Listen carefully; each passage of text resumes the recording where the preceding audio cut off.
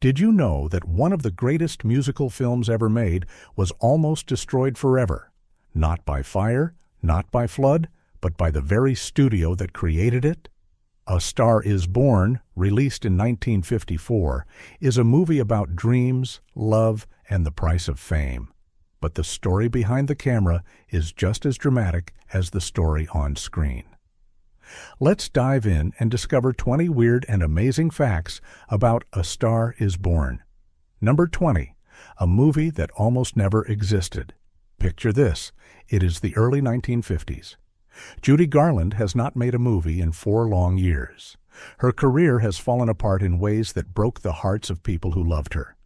She had been fired from MGM, the most powerful movie studio in the world.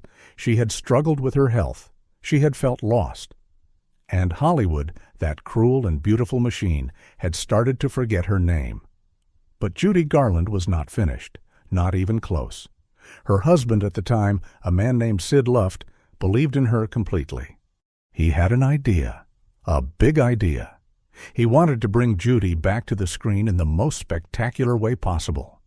He wanted to produce a remake of a classic story, the story of a rising star and a falling one, a love story wrapped inside a tragedy. The movie was going to be A Star is Born. Now here is where it gets interesting. Nobody in Hollywood was sure it could work. The original A Star is Born had been made back in 1937 as a drama with Janet Gaynor. Judy's version was going to be a full musical, a massive and expensive production. Studios were nervous. Musical films were risky. They cost a fortune. And betting on Judy Garland, a woman the industry had already written off, felt like a gamble. But Judy and Sid pushed forward anyway. They partnered with Warner Brothers. They hired brilliant people. They planned something extraordinary. And what they created would go on to be remembered as one of the most powerful performances in Hollywood history. The lesson is simple but enormous. Sometimes the people the world gives up on are the ones who create the most unforgettable things. What looked like the end was actually the beginning. Number 19. The director who changed everything behind every great film. There is a person who holds the vision together. For A Star is Born, that person was George Cukor. And George Cukor was not just any director. He was a man known for pulling extraordinary performances out of actors, especially actresses.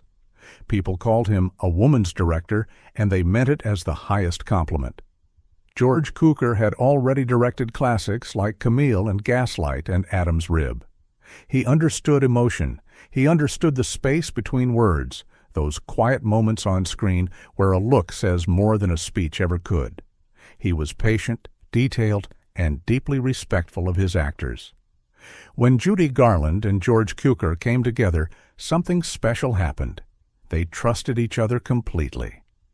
Judy was nervous about returning to the screen after so many difficult years. She needed a director who would not push her too hard or make her feel judged. Cukor gave her space to breathe. He let her find her character slowly, carefully, the way you find your footing on a slippery path. But Cukor also had high standards. He would not accept anything less than the truth in a performance. He would quietly pull Judy aside and whisper small notes, tiny adjustments that made all the difference. He did not shout. He did not demand. He guided. There is a beautiful story that during some of the most emotional scenes, Cukor would simply sit beside Judy between takes and talk to her softly. Not about the movie, not about the lines, just gentle conversation. And then, when the camera rolled, Judy would carry that warmth right into her performance. The results are on screen for the whole world to see. It looked effortless. But that effortlessness was Cukor's greatest skill. Number 18. The Song That Stopped Time. If you have seen A Star is Born, you know the moment. The lights go down. The music begins. And Judy Garland opens her mouth and sings The Man That Got Away. And for a few minutes, the whole world goes quiet. The Man That Got Away was written by Harold Arlen and Ira Gershwin, two of the greatest songwriters who ever lived. Harold Arlen had also written Over the Rainbow, the song that made Judy Garland a legend back in 1939. So there was already a deep connection between this composer and this singer. When Judy first heard The Man That Got Away, she knew immediately. This was her song. This was the song that would remind the world of what she could do. The filming of this scene was not simple. It was shot in a small jazz club set, filled with musicians and atmosphere. Judy performed the song multiple times over multiple nights to get it exactly right. Director Cukor wanted the camera to follow her naturally, without rigid blocking or stiff movements. He wanted her to feel free inside the song. And freedom is exactly what you see on screen. Judy moves through the set like water. She reaches for notes that seem impossible and lands them every time. Her face carries grief and passion and strength all at once. Harold Arlen watched the playback of this scene and reportedly wept. He said it was the greatest performance of any song he had ever written. That is not a small thing. That is enormous. One song, one woman, one moment that stopped time. Number 17, CinemaScope and the Battle of the Screen. A Star Is Born was filmed using a new technology called CinemaScope. This was a widescreen format that made movies look bigger, wider, and more cinematic than ever before. The screen was nearly twice as wide as a regular film screen, and audiences were amazed by it. But CinemaScope came with serious problems, especially for close-up shots. When you film a face in extreme close-up using a CinemaScope lens, the image can look distorted. Faces stretch, features blur. The technology that was designed to make movies more beautiful was actually making certain kinds of shots look strange and unflattering. George Cukor was deeply unhappy about this. He wanted to film Judy Garland's face in close-up during her most emotional moments. He wanted the audience to see every flicker in her eyes, every tremor in her expression. But the lenses were fighting him. So the team had to get creative. They experimented with different lens combinations. They adjusted lighting carefully to compensate for the distortion. Cinematographer Sam Levitt worked incredibly hard to find solutions that preserved both the widescreen spectacle and the intimate emotional moments. Some scenes were reframed entirely. Some close-ups were softened with light so the distortion would feel less harsh. It was a technical puzzle that took enormous skill and patience to solve. The audience never knew any of this. They just saw Judy's face, full of feeling, filling the screen. What looked technically perfect was actually a daily battle behind the camera. Number 16. The longest musical number in Hollywood history. Somewhere in A Star Is Born, there is a sequence called Born in a Trunk. This is a song and dance number in which Judy Garland's character, Esther Blodgett, performs on stage and tells the story of her rise from a small-town girl to a Hollywood star. Born in a Trunk is not a short scene. It runs for approximately 27 minutes. 27 minutes of continuous musical performance inside a single movie sequence. At the time of its release, it was considered the longest sustained musical number ever filmed for a Hollywood movie. This sequence was not originally part of the movie. It was added after the film was already completed, after test screenings showed that audiences and studio executives wanted more of Judy performing. Producer Sid Luft pushed for it. Songwriter Leonard Gershey was brought in to write the material. Roger Edens, a brilliant arranger, helped shape the music. The sequence references earlier Hollywood styles. It contains humor, nostalgia, and heartbreak. It moves through different musical styles, almost like a history of American entertainment, compressed into one performance. Judy Garland poured everything into this sequence. She was already exhausted from months of filming. But she showed up every single day and gave it everything she had. 27 minutes, no breaks, no shortcuts. What looked like pure joy on screen was built on pure exhaustion behind it. Number 15. The Budget That Broke Records. When A Star Is Born was finished, it was the most expensive musical film ever made in Hollywood history up to that point. The final budget reached approximately $5 million. In 1954, that was an almost unimaginable amount of money for a single film. Where did all the money go? Everywhere. The sets were enormous and detailed. The costumes, designed by the legendary Jean-Louis and Irene Sheriff, were breathtaking. The musical sequences required orchestras, dancers, and weeks of rehearsal. CinemaScope filming required specialized equipment and careful lighting setups. But the biggest cost of all was time. The production ran far longer than originally planned. Judy Garland's health struggles meant that filming had to stop and start repeatedly. Scenes were reshot. Sequences were restructured. Every delay cost money, and the delays were many. Warner Brothers grew increasingly nervous as the budget climbed. The studio was betting an enormous amount on a film starring a woman who had not made a movie in 4 years.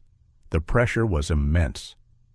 But when audiences finally saw the film, they understood immediately why every dollar had been spent.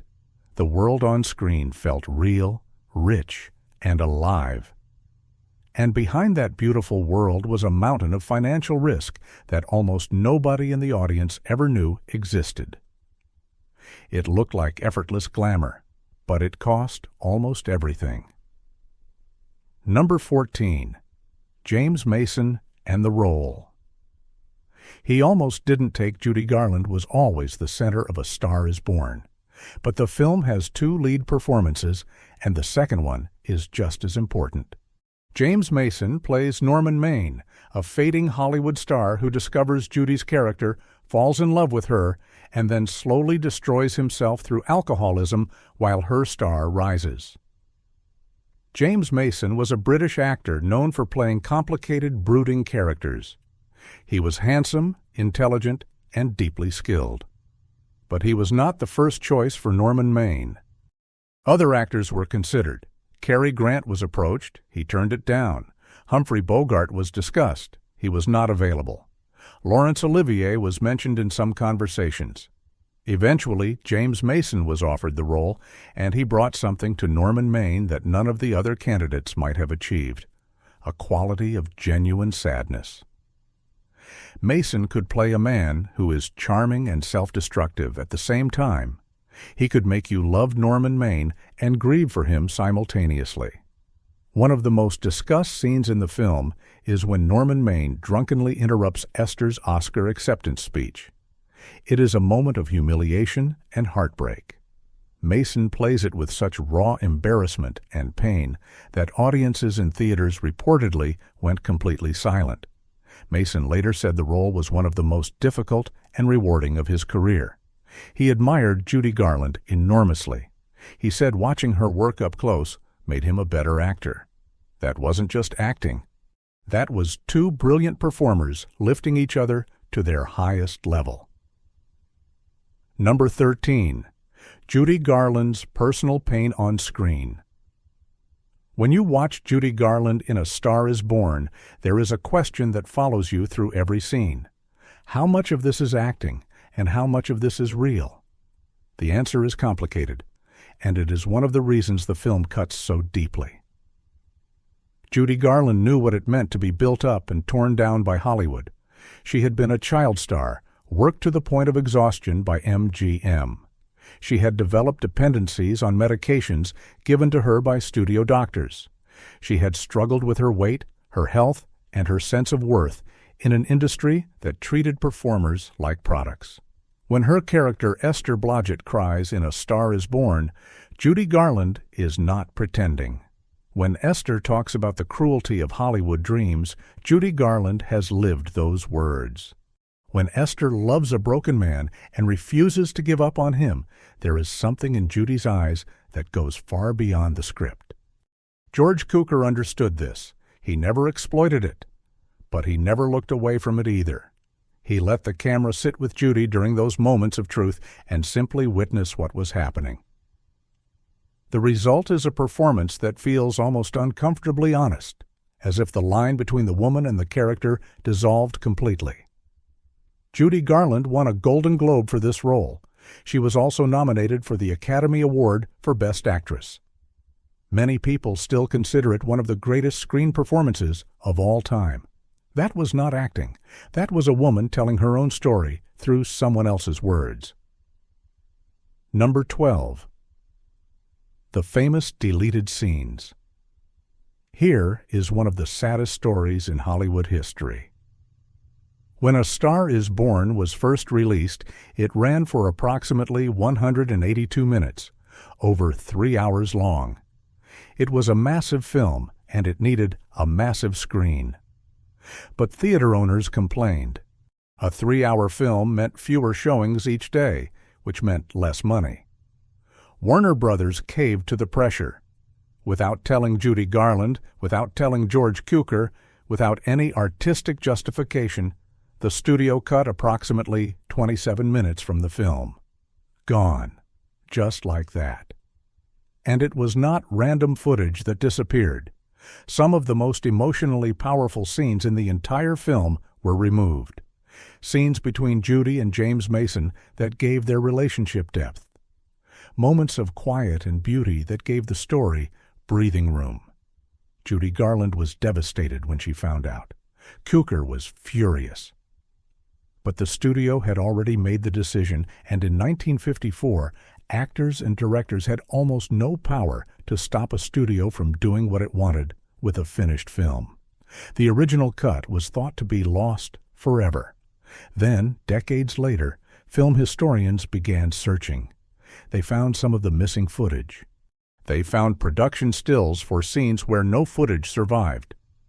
In 1983, a restored version was released that reconstructed as much of the original film as possible, using surviving footage and still photographs to cover the gaps. It was not perfect, but it was closer to the truth. What was stolen was never fully returned. But the search itself was an act of love. Number 11. The costumes that told the story. In A Star is Born, the clothes are not just clothes. They are part of the storytelling. Every costume worn by Judy Garland's character, Esther Blodgett, is designed to tell you exactly where she is in her journey at that moment. At the beginning, Esther wears simple, practical clothing. She is a nobody, a dreamer with talent but no power. Her clothes reflect that, unpolished, unpretentious, real. As her career grows, her clothes change. They become more refined, more carefully constructed, more Hollywood. The colors shift. The fabrics become richer. By the time Esther is a star, she moves through the world draped in gowns that make the screen glow. The costumes were designed primarily by Jean Louis and Irene Sharaff, two of the most celebrated fashion artists in Hollywood. They worked closely with Judy Garland, who had strong opinions about what she wore and how she moved in her clothing. One particular gown from the film, a dramatic beaded piece worn during a performance sequence, took weeks to create. Every bead was placed by hand. The weight of the finished gown was significant, and Judy had to learn how to move in it without the fabric restricting her performance. She managed it perfectly. On screen, the gown looks like a second skin. Behind the camera, it was a carefully engineered work of art that took an army of people to create. Fashion told the truth, when words could not. Number 10. The Opening Night Disaster. The world premiere of A Star is Born took place in Hollywood on September the 29th, 1954. It was one of the most glamorous premieres in Hollywood history. Stars arrived in limousines. Searchlights swept the sky. Thousands of fans lined the streets to catch a glimpse of Judy Garland and the rest of the cast. Inside, the audience was dazzled. They laughed, they cried, they applauded. When the lights came up at the end of the 3-hour film, the response was overwhelming. People stood, people cheered. It felt like a triumph. But then the reviews came out. Most of them were extraordinary. Critics called it a masterpiece. They praised Judy Garland's performance in terms normally reserved for the greatest artists of any generation. And then came the cuts. When Warner Brothers sliced 27 minutes from the film without warning, many of the theaters that had already been showing the full version had to switch to the shorter one. Audiences who had heard the glowing reviews and gone to see the film were seeing something different, something missing pieces, without knowing it. The confusion hurt the film's commercial performance. It should have been one of the biggest box office hits of the year. Instead, it made money, but not the enormous profit Warner Brothers had hoped for. The studio blamed the length. Critics blamed the cuts. Judy Garland blamed the studio. George Cukor never forgave them. The opening night had felt like glory. What followed felt like betrayal. Number 9. The Academy Award that wasn't. This is one of the most painful stories in Oscar history. When the Academy Award nominations were announced for 1954, Judy Garland received a nomination for Best Actress for A Star is Born, and almost everyone in Hollywood expected her to win. The ceremony took place in March of 1955. Judy Garland was in the hospital at the time. She had just given birth to her son, Joey Luft. Television cameras were actually set up inside her hospital room so that if she won, she could accept the award from her bed. A remarkable and emotional image. The cameras were ready. The crew was there. The world was watching. And then Grace Kelly won, for The Country Girl. When the news reached Judy's hospital room, the cameras quickly packed up and left. It was one of the most heartbreaking moments in award show history. The image of those cameras leaving has been described by people who witnessed it as almost unbearably sad. Many film historians believe it was the biggest Oscar upset ever. Some argue that Judy Garland's performance in A Star is Born is the single greatest performance in the history of the Academy Awards that never won the prize. Judy herself rarely spoke about that night in detail, but those who knew her said she carried the disappointment quietly for a very long time. The cameras were already there. They just came for the wrong moment. Number 8. Harold Arlen and the Magic of the Music is the heartbeat of A Star is Born. And the man responsible for much of that heartbeat is Harold Arlen. Harold Arlen was one of the greatest American composers of the 20th century. He wrote songs for Broadway, for Hollywood, and for the greatest singers of his era. His collaboration with Judy Garland went back to 1939 and Over the Rainbow. That song had made Judy a legend. Now, 15 years later, they were working together again on something new. The songs Harold Arlen wrote for A Star is Born, with lyrics by Ira Gershwin, are extraordinary. The Man That Got Away, It's a New World, Gotta Have Me Go With You. Each one feels completely different in style and mood, and yet they all serve the emotional journey of the film perfectly. Harold Arlen had a gift for writing melodies that sounded simple, but were actually incredibly sophisticated. He could write a melody that felt like it had always existed, as if it had been floating in the air waiting for someone to find it. That quality gave his songs an instant, timeless feeling. When Judy sang his music, something happened that is difficult to explain in words. The music and the voice became one thing. The notes seemed to breathe. The sadness in the lyrics felt physically present in the room. Arlen once said that Judy Garland understood his music better than any other singer he had ever worked with. Coming from him, that is one of the most extraordinary compliments in the history of American music. Old songs, new world, and a voice that made them both eternal. Number 7. The improvised moments that made the film. Not everything in A Star is Born was written in the script. Some of the most memorable moments came from Judy Garland herself in the middle of a scene when something unexpected happened and she just let it be real. George Cukor encouraged this. He had a philosophy that the best moments in a film often come when an actor stops performing and starts living. He would sometimes give Judy very little direction before a take and simply let her enter a scene as if it were happening for the first time. There is a scene in the film where Esther is sitting alone and begins to sing quietly to herself, almost as if she does not know anyone is watching. That quality of private emotion, of a person caught in an unguarded moment, was something Cukor valued above almost everything else. Judy had an extraordinary instinct for these moments. She could shift from playful to heartbroken within a single breath in a way that felt completely natural rather than performed. She did not announce her emotions. She inhabited them. Some of the small gestures in the film, the way Judy touches a doorframe, the way she tilts her head before speaking, the way she exhales after a difficult moment, were not choreographed. They simply happened, and the camera was there to catch them. The crew who watched these takes said that sometimes the entire set would go very quiet. Everyone knew they were witnessing something that could not be repeated. It was not always acting. Sometimes it was just Judy being Judy. Number 6. The set. That was a world. When you walk into a movie set in Hollywood, you are walking into a controlled illusion. Every wall is fake, every street is a painting, every light is placed with mathematical precision. But the best sets make you forget all of that. The best sets make you feel like you have stepped into a real world. A Star is Born had sets that were among the most elaborately constructed in Hollywood at that time.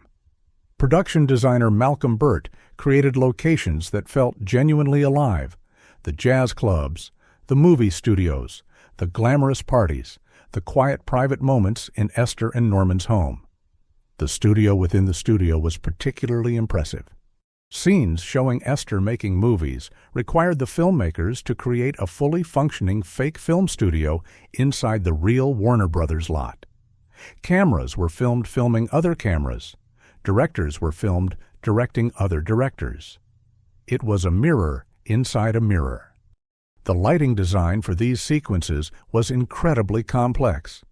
Different kinds of artificial light were layered on top of each other to create the look of a working film set, while also keeping the actual actors visible and beautifully lit for the real camera. The attention to detail extended to the smallest elements. The books on a shelf in Esther's house, the photographs on a studio executive's desk, the specific flowers chosen for a particular scene. None of these details appear in the script. They appear because a team of dedicated artists decided that every inch of the world on screen should feel true. The camera only shows a fraction of what was built, but everything built makes the fraction feel real. Number 5. Judy Garland's voice. The instrument above. All others. Let's talk about what was always the real wonder at the center of A Star is Born. Let's talk about Judy Garland's voice. Judy Garland had a voice that is almost impossible to describe to someone who has never heard it. It was warm and raw and precise and heartbroken all at the same time. It could fill a theater without electronic amplification and still feel intimate, as if she were singing only to you personally, across the space between you. For A Star is Born, the vocal recordings were done both on set during filming, which was unusual at the time, and in studio recording sessions. Judy preferred to perform and sing simultaneously rather than lip-syncing to a pre-recorded track. She felt it gave her performances more honesty. This was technically complicated. Recording live vocals on a film set requires careful management of background noise, microphone placement, and camera movement. But Cukor and the production team supported Judy's preference because the results were undeniably superior. When you listen to the recordings from A Star is Born, you can hear the breath in her voice. You can hear the slight imperfections that come from singing with physical and emotional commitment rather than from behind a safety net of post-production correction. And those imperfections are not flaws. They are the truth. Voice coaches and singers who have studied these recordings say that what Judy accomplished vocally in this film represents a peak of technical and emotional skill that has rarely been equaled in recorded history. It was not just singing, it was a human being turning breath and feeling into something permanent. Number 4. The comeback that inspired a generation. When A Star Is Born was released in 1954, it did something important beyond being a great film. It sent a message. Judy Garland had been written off, fired, dismissed, forgotten by the industry that had once called her the greatest entertainer in the world. And then she walked back onto a screen in a performance so powerful that it silenced every single person who had said she was finished. That comeback meant something specific to people who had struggled, to people who had been told they were too difficult, too complicated, too broken to succeed, to people who had fallen and wondered if they could ever get back up again. The film's central theme, a star rising as another falls, mirrored Judy's own story so completely that audiences felt the weight of it even without knowing all the biographical details. They could sense that this was not simply a fictional story. This was a woman speaking her own truth through a borrowed story. Decades later, when filmmakers and musicians and actors talk about the greatest comebacks in entertainment history, Judy Garland in A Star Is Born is always part of that conversation. It set a standard for what it means to return, not quietly, not modestly, but with everything you have, on a stage as big as you can find, daring the world to look away. She dared the world. The world did not look away. What looked like the end was the most important beginning of her life. Number 3. The film that inspired.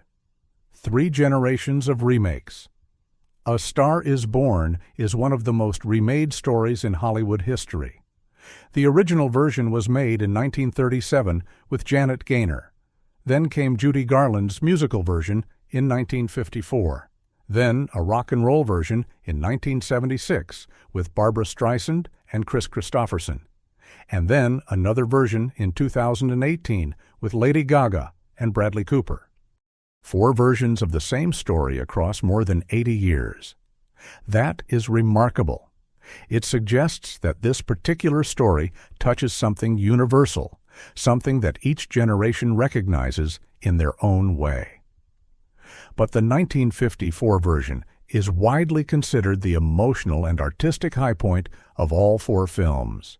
And many filmmakers who made the later versions have openly said that Judy Garland's performance was the standard they were trying to reach. Barbra Streisand watched Judy's version repeatedly before making her own. Lady Gaga has spoken in interviews about being deeply moved by Judy's portrayal of a performer who gives everything and loses just as much. Bradley Cooper studied the film's structure and its balance between spectacle and intimacy. In this way, the 1954 film did not just stand alone. It became a kind of DNA for the story. Every version that followed carried traces of what Judy Garland and George Cukor created on that Warner Brothers. Lot 70 years ago. 1 story, 4 visions, and the first was always the hardest to forget. Number 2. The final scene that broke the world. If you have seen A Star Is Born, you remember the final scene. Even if you saw it years ago, you remember it. It is one of the most devastating endings in the history of movies, without giving away too much for those who have not seen it, because you should see it. The ending requires Judy Garland to walk into a room, stand in front of a microphone, and say one sentence, one single sentence that carries the entire weight of everything that has happened in the film before it. The line is about Norman Maine, the man she loved, the man who is gone. When Judy Garland delivers this line, there is a silence in theaters that has been described by people who were there as almost unbearable. Not a sad silence, something bigger than sad, something that sits in your chest and does not leave. George Cukor shot this scene multiple times. He tried different angles, different lighting, different approaches. But the version that made it into the film is simple, almost severe in its simplicity. Just Judy. Just the camera, just the truth. Judy later said this scene was the hardest moment she had ever been asked to perform in her entire career. And given her career, that is an extraordinary statement. The scene works because Judy Garland was not pretending to lose someone she loved. She was drawing on a lifetime of real love and real loss. She gave the camera something she could never get back. It was not acting. It was an offering. Number 1. The legacy that grows. Every year. We have arrived at the first fact, but it is really the final truth. And the truth is this: A Star is Born, the 1954 version, gets more respected and more loved with every passing year. It does not age. It does not fade. It does not feel like a relic of a different era. It feels, every time someone watches it for the first time, like something that was made specifically for them and their own private understanding of what it means to love something and lose something and keep going anyway. Judy Garland poured her entire life into this film. Her pain, her courage, her humor, her voice, her truth. She gave it everything, and in return, the film gave her a kind of immortality that no studio firing or Oscar snub or personal difficulty could ever take away. In polls of film scholars, critics, and historians, A Star is Born regularly appears on lists of the greatest films ever made. Judy Garland's performance regularly appears on lists of the greatest screen performances ever captured on film. The soundtrack regularly appears on lists of the greatest musical recordings in American history. But beyond the lists and the awards and the critical praise, the film lives in something simpler. It lives in the moment when someone who is hurting sits down to watch it and feels somehow less alone. It lives in the moment when someone hears Judy sing "The Man That Got Away" for the first time and realizes they have never heard a human being sound quite like that before. That is what great art does. It finds you wherever you are. It tells you that your feelings are real. It tells you that the world is hard and beautiful and worth everything you have to give it. That was Judy Garland's gift, and it still belongs to all of us. The star that was born in 1954 never stopped shining. Bonus fact: the lost frame test that saved the film here is a secret that almost nobody outside of the film preservation world knows about, and it is one of the most fascinating technical stories connected to A Star is Born. When the film was first completed in 1954, the CinemaScope process created a particular challenge that went beyond just the lens distortions we talked about earlier. The color processing used for the film, a system called Warner Color, was not as stable or as vibrant as Technicolor, the gold standard of color film at the time. Warner Brothers used Warner Color because it was cheaper, but cheaper came with consequences. Over the decades, as prints of A Star is Born aged and degraded, the colors shifted dramatically. What had been warm gold tones became muddy and uneven. What had been rich, deep reds began to look faded and flat.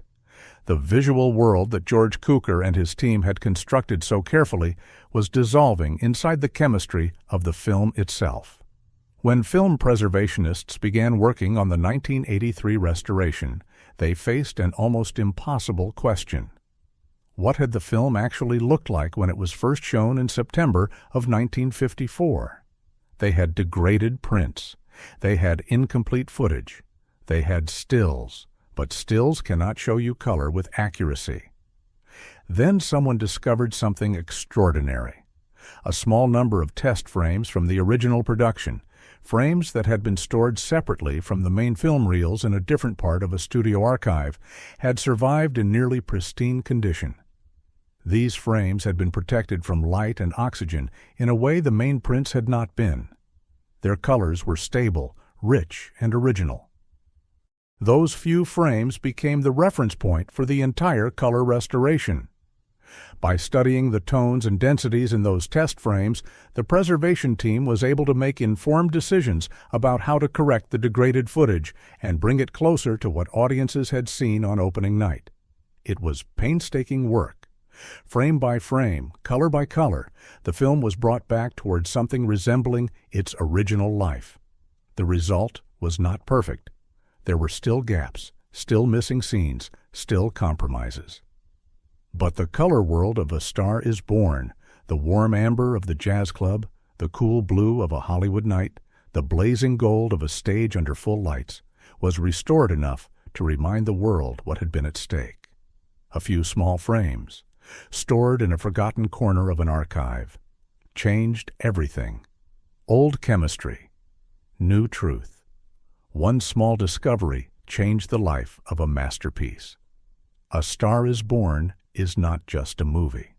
It is a reminder of something we all need to hear from time to time, that a person who has fallen can rise again, that talent and love and courage can coexist with pain and struggle and failure, that the things we make from our deepest truths are the things that last the longest. Judy Garland gave us her heart in this film. George Cukor held the camera steady while she did. James Mason stood beside her with grace and honesty. Harold Arlen gave them music that reached places words alone could not go. And together, these people made something that the world is still watching, still feeling, still sharing, 70 years later. Every time someone discovers A Star is Born for the first time, that gift is given again. New eyes, old magic, and the voice of a woman who refused to be forgotten, singing across the years to anyone who needs to hear that they are not alone. If you enjoyed these stories, subscribe for more. Every movie hides a truth, and we'll keep uncovering them one story at a time.